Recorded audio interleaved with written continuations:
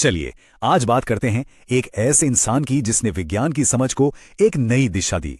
हम बात कर रहे हैं 17वीं सदी के एक महान विचारक रॉबर्ट बॉयल की, जिन्होंने आधुनिक रसायन विज्ञान यानी मॉडर्न केमिस्ट्री की नींव रखी। तो आइए उनके इस कमाल के सफर को थोड़ा और करीब से जानते हैं। आज रॉबर्ट बॉयल को दुनिया का पहला मॉडर्न केमिस्ट माना जाता है।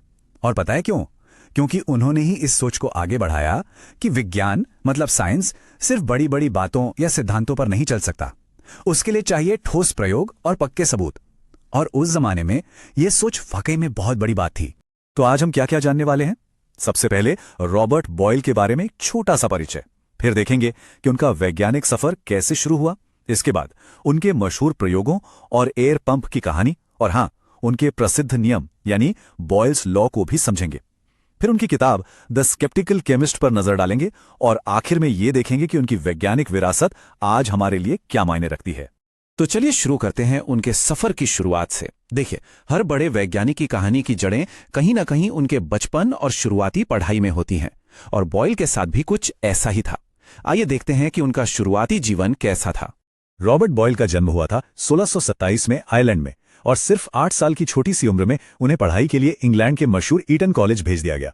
फिर 1641 में वो इटली गए और वहां महान वैज्ञानिक गैलीलियो के काम को पढ़ने और समझने का मौका मिला।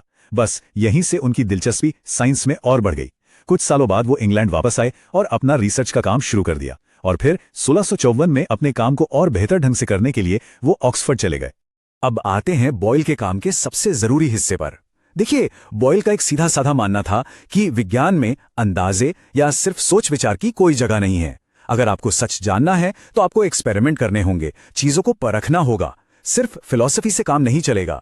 और इस बारे में उन्होंने जो कहा वो उनकी पूरी सोच को बयां कर देता है। उन्होंने कहा था, मैं किसी भी बात पर सिर्फ अंदाजे से यकीन करना पसंद नहीं करता, जब मैं उसे एक साधारण से प्रयोग से जांच सकता हूं कि वो सच है या नहीं। सोचिए, यही तो है आज के साइंटिफिक मेथड का आधार। तो अपनी इस सोच को हकीकत में बदलने के लिए उन्हें एक टूल की जरूरत थी, और इसके लिए उन्होंने अपने असिस्टेंट रॉबर्ट हुक की मदद ली।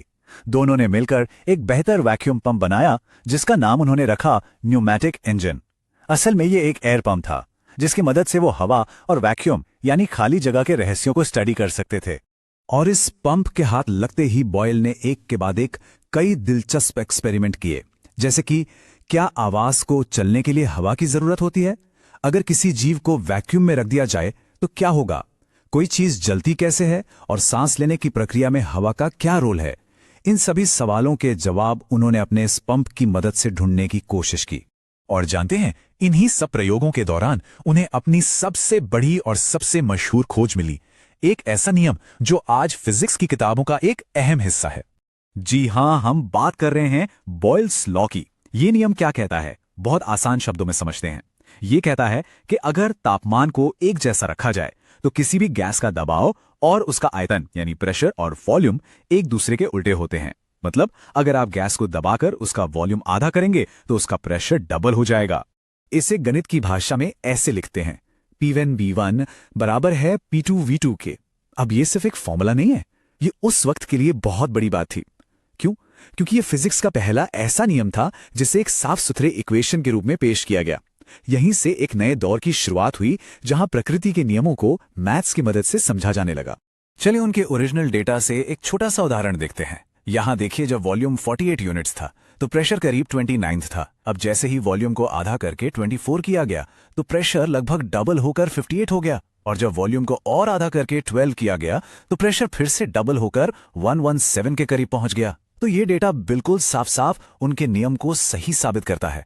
लेकिन बॉयल का काम सिर्फ फिजिक्स तक ही नहीं रुका। उन्होंने केमिस्ट्री की दुनिया में भी एक बहुत बड़ा बदलाव लाया, और यह बदलाव आया उनकी एक बेहद मशहूर किताब के जरिए।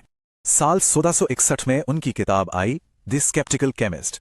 इस किताब को केमिस्ट्री के इतिहास में एक मील का पत्थर माना जाता है।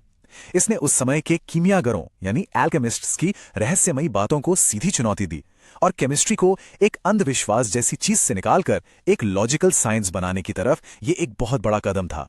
आइए एक सीधी सी तुलना करके देखते हैं कि फर्क क्या था। देखिए, पुराने कीमियागर मानते थे कि दुनिया बस 3 चीजों से बनी है, नमक, गंधक और पारा। लेकिन बॉयल ने एक साइंटिफिक नजरिया पेश किया। उन्होंने कहा कि तत्व यानी एलिमेंट्स वो सबसे बेसिक चीजें हैं जिन्हें और छोटे हिस्सों में नहीं तोड़ा जा सकता। इतना ही नहीं, उन्होंने मिक्सचर और कंपाउंड यानी मिश्रण और यौगिक के बीच के फर्क को भी पहली बार साफ साफ समझाया। और यही तो मॉडर्न केमिस्ट्री का आधार है। तो कुल मिलाकर बॉयल ने विज्ञान की दुनिया को क्या दिया, उनकी विरासत क्या है? अगर हम देखें तो उनका असर बहुत गहरा और लंबे समय तक रहने वाला था। अगर हम उनके योगदान को कुछ पॉइंट्स में समझना चाहें तो सबसे पहले उन्होंने एक्सपेरिमेंट्स पर आधारित साइंटिफिक मेथड की नींव रखी। दूसरा, उन्होंने बॉयल्स लॉ दिया, जो गैसों को समझने का एक बुनियादी नियम है। तीसरा, अपनी किताब द स्केप्टिकल केमिस्ट में उन्होंने एलिमेंट्स, मिक्सचर्स और कंपाउंड्स को ठीक तरह से डिफाइन किया। असल में उनके काम ने फिजिक्स और केमिस्ट्री दोनों को एक मजबूत बुनियाद दी। और अंत में बॉयल का काम हमारे लिए एक बहुत ही दिलचस्प सवाल छोड़ जाता है। सोचिए, उन्होंने हवा का अध्ययन किया, एक ऐसी चीज जिसे हम देख नहीं सकते लेकिन उसके असर को महसूस कर सकते हैं, और उन्होंने ये सब एक्सपेरिमेंट्स के जरिए किया। तो सवाल ये उठता है कि अगर साइंस देखने और प्रयोग करने पर आधारित है तो फिर हम उन चीजों को कैसे समझ सकते हैं जो हमारी आंखों से बिल्कुल ओझल हैं, जैसे कि एक एटम या फिर ब्रह्मांड के वो सुदूर कोने जहां हम पहुंच नहीं सकते। ये एक ऐसी पहेली है जिसे सुलझाने की कोशिश आज भी दुनिया भर के साइंटिस्ट कर रहे हैं।